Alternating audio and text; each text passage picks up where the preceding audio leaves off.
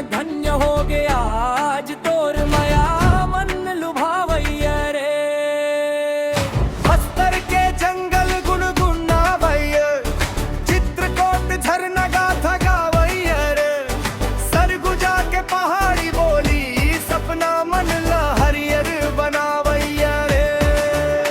और गौरी सुवा पंथी नाचा के रंग निराला है। मोर छत्तीसगढ़ के माया आई संजय ला दुनिया मन निपाला है।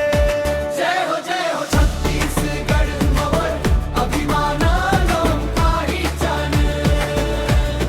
माटी के खुशबू मन के धग धड़कन कई हंस मोर सबसे बड़ समान।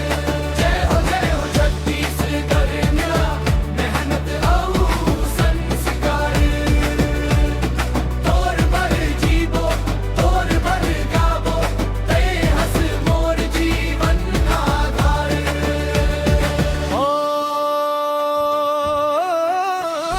लोक नाचा के घुंघ